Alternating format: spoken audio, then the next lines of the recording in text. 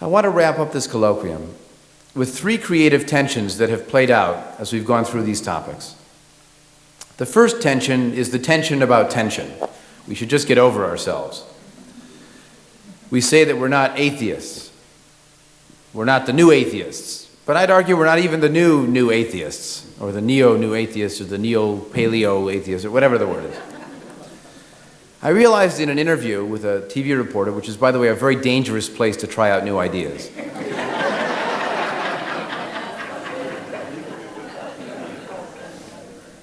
But I realized in this interview that maybe the best way to describe us is post-atheist.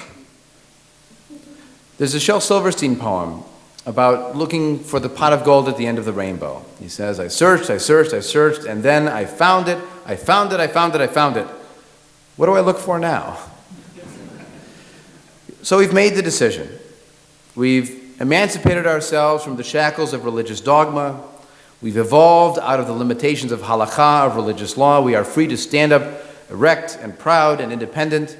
We are excited by the ability and the responsibility to take charge of our own life. We are freer than we have ever been. But what now?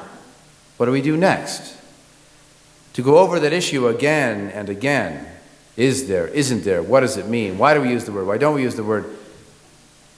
Fartik. I mean, enough in Yiddish. What's next? Now, perhaps this is a generational shift. As many of you know, I was raised as a humanistic Jew in this congregation, so I never had to break away. And in what I did break away, it was pretty minimal, as I mentioned. My father had the breakaway experience from Orthodoxy, and my mother had evolved out of a Reformed Jewish setting. But what I find is that sometimes that first generation to break away maintains a kind of religion allergy, or today they might call it religion sensitivity, depending on what test you're using. It's a kind of limited tolerance for religion or religious forms or God or tradition because they can still hear those voices in their head.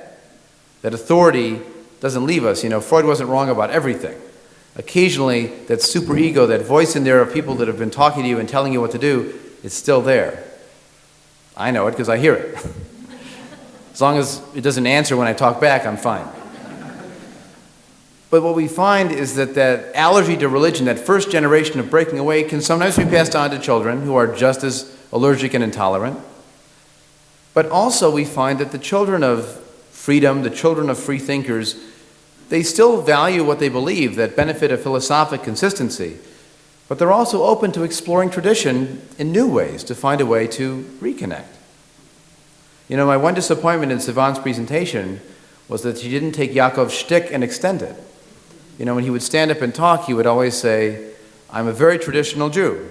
My father was an atheist, my grandfather was an atheist, my children are atheists. But now she can move it down her generation. It's been passed on. You see, but we're exploring tradition in new ways, perhaps, as Sivan has than even her father might have. The case of my parents. My mother came from what at the time was a bitterly battled intermarriage between a workman's circle family and a Sholem Aleichem Club family.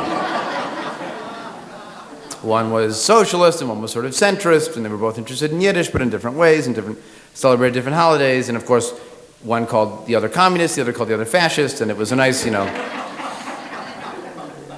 I think the marriage broke up for other reasons, but in any case, she comes out of that dialogue and background, and she's still annoyed that we don't just call ourselves atheist Judaism and be done with it. You know, enough of this fuzzy and enough of this. She tells me I'm too fuzzy sometimes.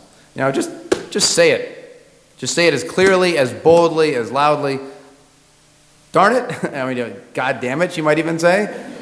We're atheists. Now, my father had a different experience. He came out of an Orthodox background. And I remember a time when we went back to visit his family. I was in college at the time, and I came down taking the train while he was in town. We had a family dinner, and they asked me what I was studying. I was doing Jewish studies at Yale. And my uncle, my father's brother, was curious about a class I was taking called The Jews of Spain with Jane Gerber. Some of you are familiar with her. And he said, so have you been studying about how when they were expelled from Spain it was because of their sins and because they abandoned the Torah? And I could see my father going, you know, just getting ready to jump. And I said, no, we're studying more historical and economic and political versions, not the theological material quite as much. And as we were walking home afterwards, he said, I saw how you did that. Because in the end, you're not going to win that argument with him. But you don't have to be as allergic to the claim that he's making. You don't have to fight everything because you know who you are. You have that comfort of being raised with who you are. You see, we want to have Bible literacy, Jewish cultural literacy, to get the jokes, but not to be idolatrous when it comes to our literature. It was written by people, that poem at the beginning of the program book. People wrote this book. And it says literally, I'm the grandson and the great-grandson. I am the heir and the owner of this tradition. I'm just not threatened when I read a story about Zeus.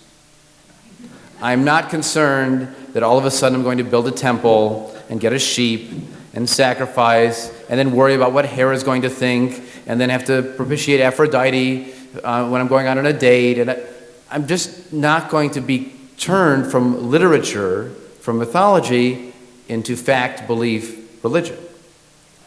I'm not afraid. So we shouldn't be afraid of our traditions, of our literacy, of our literature. Perhaps a title for a future colloquium, it's almost been done before, How I Learned to Stop Worrying and Love the Bible.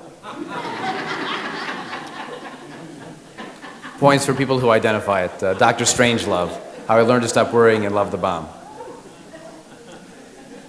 The more we love what we're doing, the more we find joy and excitement in who we are, the more attractive and interesting and relevant we will be. As Karen put it, it's not a question of the glass half empty or half full. Our cup runneth over with alternatives and energy and creativity and options, from storytelling or Judaism Your Way to online secular Jewish culture and even beyond. People have asked, where is the Jewish? How relevant is this? How are you going to keep the future generations Jewish? You see, in the end, we are Jewish, and what we create will be Jewish culture, as Zev Chafet said so eloquently 10 years ago.